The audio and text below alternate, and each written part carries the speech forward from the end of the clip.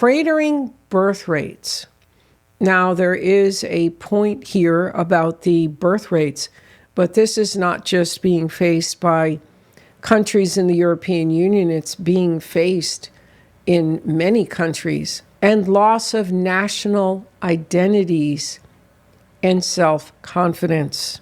I don't know that this loss of national identities, in my travels to Europe, there seem to be distinctive identities, which is what makes the European Union so interesting and so different from U.S. states. I mean, the U.S. states also, if you go to each state has its own things that it boasts about. I'm in Connecticut. Connecticut boasts affluence and education. New York has its boasts. And then you also have the southern states that have their boasts, and everybody boasts. Just like in the European Union, you have the very distinct countries and cultures. I don't see that those identities are being erased by immigration. And it also says here in self-confidence, he states, should present trends continue, the continent will be unrecognizable in 20 years or less.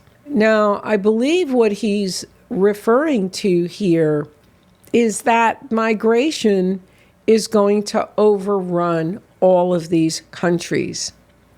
And the migration pact, they're working on these things. The Matteo Plan, Giorgia Meloni's Matteo Plan, brilliant, masterful way of dealing with the migration that was coming from Africa, that actually ended up being a one-up to U.S. policy concerning access to critical raw materials. Anyway, I won't go into that right now, but this is much more complicated, and it's not so black and white.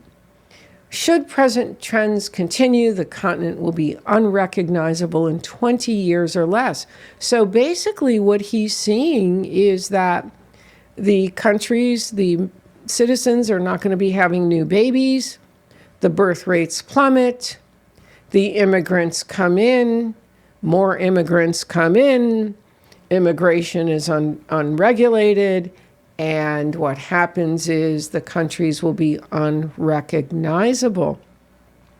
Well, this isn't realistic because of the migration pact and the ways that Europe is dealing with the migration issue.